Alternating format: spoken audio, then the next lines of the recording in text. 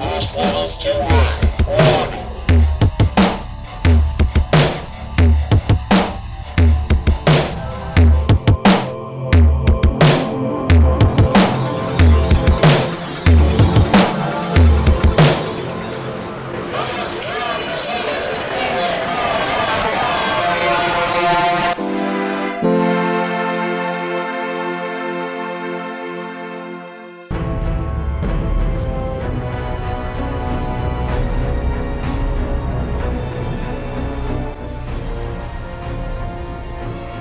I really don't want to have to do this. I really don't want to have to do this. Come with me real quick. I have a lot of movies. And as we all know on Be Bad at Boss, there are different levels of shit. There's the good, there's the it's so bad it's good, and there's the it's so bad it's awful. You know, the kind of movies that are constipated, because they don't give a shit. Most of these movies lie in my horrible horror section. I keep these movies piled away from the others, so not to spread the taint. I've watched these movies, but I never watch them more than once, if I can help it. No, I don't keep them around to watch. I keep them to remind me of the true horrors of the human soul. Such as today's feature, a movie simply titled Spike. I remember I found this movie at our local Blockbuster during their going out of business sale. I'd never heard of the movie, but the cover caught my eye. Gothic fairy tale it read, which immediately intrigued me. It wouldn't be till much later that I realized what an utter fool I had been. So, might as well get this over with. This is Spike. We start off with a vehicle driving down a dark, deserted highway, when suddenly they run over something in the road and pop a tire. Yeah, it doesn't actually lose control, but just, turns right off the road, down a crevice, doesn't hit the brakes or anything, just waits till the car is stopped on its own. This movie is what needs to be stopped. And what's with this guy here? He's like in a coma or something. Like, who sleeps through something like that? What kind of drugs has he been doing? You were good for me. Oh, I'm sorry, he's not in a coma, he's having incest dreams about his sister. Yeah, his sister. Oh, and by the way, that's her name. All the characters in this film are so uninspired, even their names showcase it. Let's meet our cast, shall we? We have the girl, her boyfriend, his sister, her girlfriend. Now, I hope you can remember all those names because obviously it's very important. If you don't believe me, look in the freaking credits. That's how they're listed. So Soldier Boy exits the vehicle and finds out that a giant set of spikes is what popped the tire. He goes to give the girl a kiss, and it looks like she pushes his ass to the ground, probably because she knows he really digs his own sister. But then we see what appears to be Bigfoot jump across the front of the vehicle. The other girls have to instruct the girl into the vehicle, even though it's rocking like crazy and the door is wide open.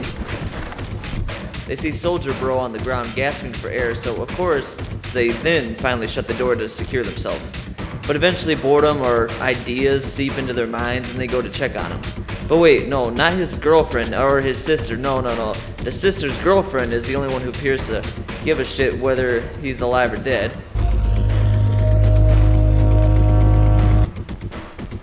But it's a little bit too late because just as soon as they forge a gurney out of a sleeping bag and some skis, he's whisked away on more important business. Luckily in his leave, he has enough time to leave them a message. So the ladies, now freaked out of their minds, decide to walk to the nearest telephone for help. However, the girl pretends to pass out so that she can go off on her own to find her boyfriend and runs off into the woods. Whatever's out there is more dangerous than a ski. But, he's just going out there to die.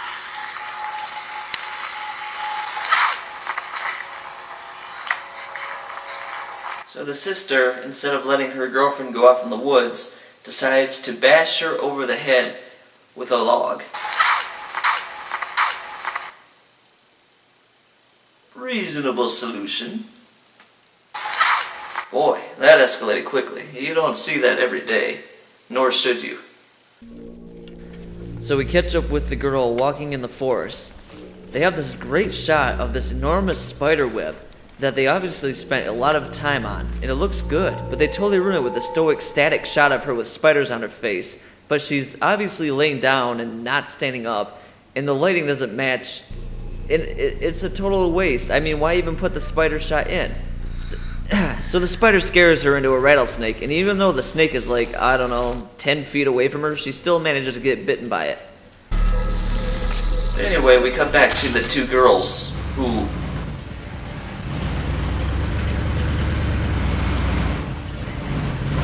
I don't know if whoever made this movie understands how a flat tire works, but...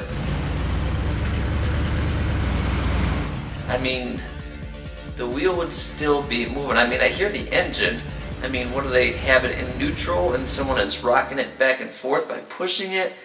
I mean, they're turning the wheel, but whatever, I don't care. Obviously, I'm just confused. So we find that the sister has tied the girlfriend up. Jesus, you know, this name bullshit is getting old. I feel like I'm an old woman at a grocery store telling people stories about other people that they don't know and don't give a shit about. And that's how I feel about these characters. I don't give a shit about them. Because now she escapes from being tied up, and now they both finally enter the woods to go looking for their missing friend. You know what? I'm gonna give these characters names. I mean, the writers didn't invest enough in these characters to give them names, but I'm tired of this, so we're gonna give these characters some names. So let's start with the main girl. Well, we'll call her Rose, and you have to see that stupid rose belt about every 30 seconds. I mean, there's just constant shots of it over and over through the movie. I guess because roses have thorns, or spikes. Oh, that's clever. Yeah, about as smart as a fart. Alright, who else we got here? Oh, John Cena. Alright, that was easy. Who else? Bitch tits. Yeah, we'll go with that. And we'll call the girlfriend Joan because we have to see her Joan of Arc book just about as much as we have to see that stupid rose belt. We cut back to Rose, who ironically was bitten about 10 feet from her boyfriend. So why didn't the snake bite him too? Were they having like a conversation and she just interrupted it and that's why it bit her? It would make just as much sense as this other shit. But no time to think. I mean, the writers didn't, because here comes Bigfoot out of nowhere and we get our first full body shot of him, and it looks like he has a hairy ass. I don't know. Let's see the big reveal. On the cover it's cartoonish, but it looks like the monster design might make the movie unique and save it. So let's see this big reveal. I never force you into anything. So, Spike is kind of like an emo porcupine? It looks like Shadow the Hedgehog shit this guy out. I'm sorry. Wow, I was picturing something way more like this. I forgot how hideous I am. Alright, he's not that bad. At least they used some practical effects. I mean, they could have just CGI'd everything in. So I'll give him that. Speaking of unnecessary nudity, we get some here because as Spike runs rampant with his hairy ass towards her, he immediately rips her clothes off, and yeah, I know what you're thinking, you dirty, dirty, dirty people. Should be ashamed of yourself. Damn preverts. You know his name is Spike, and he's got like spikes all over his body, so you think like his wiener is just like one big spike? I don't know. No, he's just tearing her entire pants and shirt off to get to the snake bite. That is, you know, slightly above her hip, because, you know, just lifting the shirt is for spikeless pussies.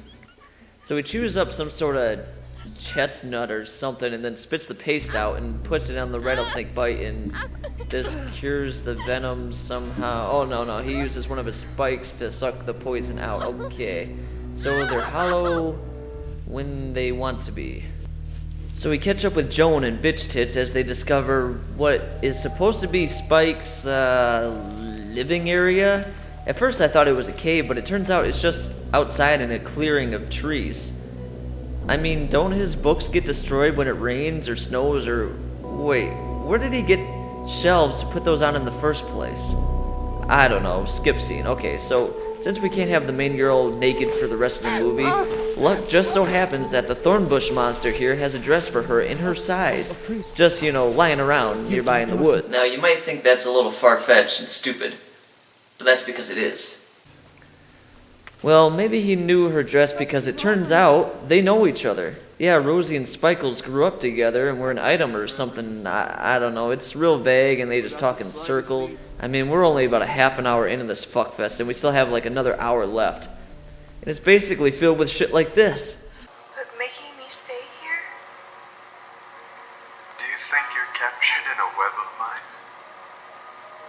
Or have you captured me? So basically, Spikes has been living out in the forest for 7 years, you know, just chilling. You've been living out here in the forest for 7 years? Was it only 7 years? So while these two blab, John Cena is over here bleeding out and dying. After a while, she asks where he is. I guess it's too dark for her to see him, even though she's talking to Spike, who is over there humping a tree much further away than Cena is, but whatever, I'll pretend. So back to the Durpin duo, we see Spike has pictures of Rose as a little girl and himself. And he has like recent pictures too. I mean, how the hell does he acquire these if he's been living out in the woods for 7 years? Does he like break into her house when she's sleeping and jack her shit? Like, how does this work? So the wind doesn't like blow his stuff away. There's no like mice or squirrels coming and chopping his shit up. There's no hunters like mistakenly coming through the woods and taking a shit in his easy chair. But then boom! Yeah, a puma. Oh yeah, this movie's full of surprises. And by surprises, I mean shit that doesn't make any sense. So Spike takes Rose back to his place and... What the hell? Is there a Sam's Club nearby where he gets these candles? I don't know. I'm exhausted. I can't handle much more of this shit. So the two lovebirds talk on and on and on and on. And basically the entire premise is like Beauty and the Beast. But it's like Beauty and the Beast for people who like to smell their own farts.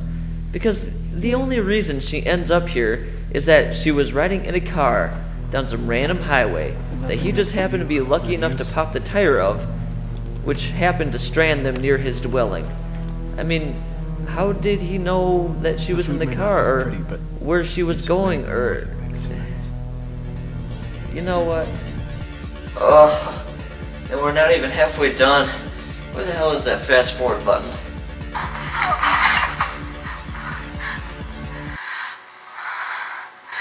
keep falling for you.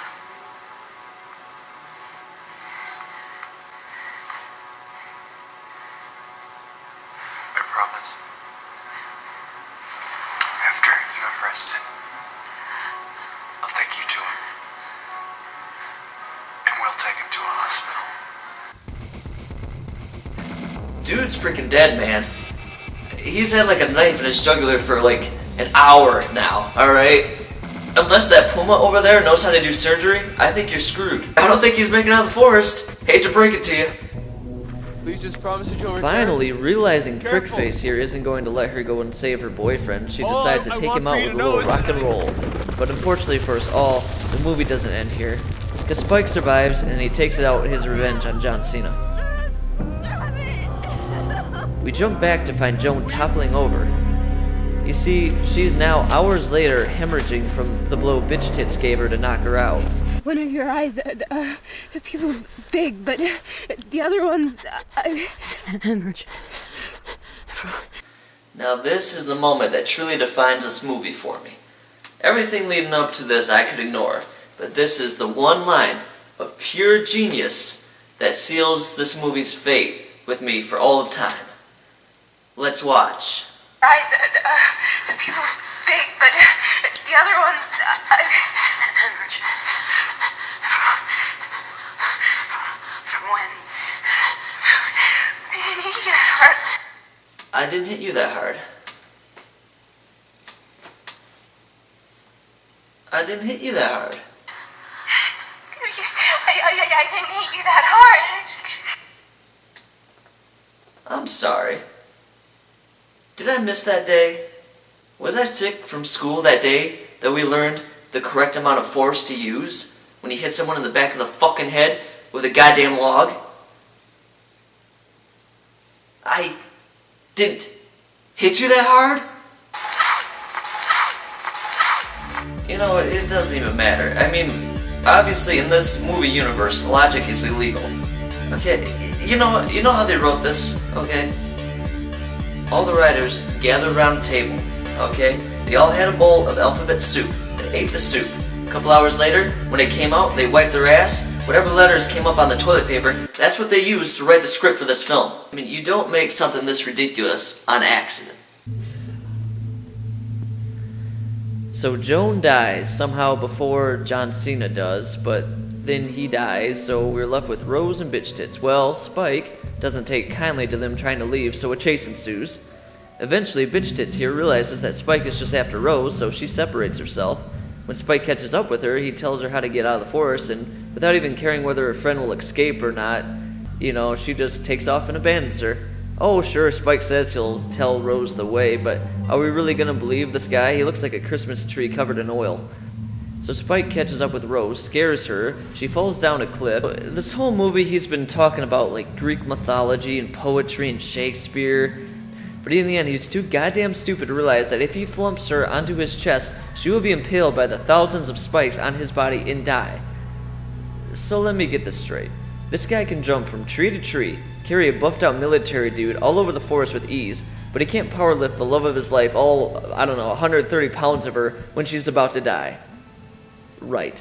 So Spike goes out whimpering, crying, just like this movie, because that's what it is. It's a nonsensical, crying 3-year-old that doesn't make any sense with its demands or reasoning. So the only survivor out of the 4 kids is Bitch Tits. That's right, ladies and gentlemen, that is our hero. Refused to help save her brother, tied up and eventually killed her lover, left her only friend left to fend off for herself against the emo porcupine of the forest. Yeah, we can all aspire to be like that. I could be doing something way more entertaining and productive with my time, like jacking off a camel. So let's wrap this up before I stick a spike in my own jugular to end this. So the camera kind of fades out as he's stroking her hair, and I mean, I know she's dead and all, but you think he gave her the big spike after? If you know what I mean? And that, my friends, was Spike. Now, how do I rate this one? Do you even have to ask? How can anyone watch this movie, if you want to call it that, and with a straight face, write positive reviews for it? I mean, this movie won awards. I've seen Nick Jr. shows with more complexity in their plot than this. I mean, this is one of the stupidest movies I've ever seen, and I watch a lot of garbage. But there's normal garbage, and then there's this kind of garbage. You know what I'm talking about. The kind of garbage that you have to take outside before it's even full because someone puked tuna fish into it, and it smells like, oh, I don't know, a rectal thermometer that's got about 100,000 miles on it. You know, for the budget, the acting isn't all that bad for what they had to work with. The lighting, the special effects, everything is pretty good for the budget. But what makes this film so repulsive is the complete lack of any kind of intelligent storytelling or plot. And it comes as no surprise to me that the same guy was the writer, director, and executive producer. And I have to assume he's celibate, because he don't give a fuck. And right near the end of the credits, there's this big list of people to thank. Obviously the only people who have seen this movie besides me. Where's my thanks? I didn't find the music all that bad. It wasn't anything great. I mean, I'm not going out and buying the soundtrack anytime soon. But as one IMDb commenter put, I could whistle a better score out my do store. Can't argue with that. This movie goes on for what seems forever. It's at least an 80-minute runtime, and that's about how many brain cells you're gonna have left after you watch this shit. It sucks. It sucks from start to finish, and I am never watching it again. No, I mean, I'm never watching it again. Never watching it again. So here's what we're gonna do. Spike, huh? I got a spike for you. It's the end of the road for you. It's time to die! Oh, I didn't hit you that hard.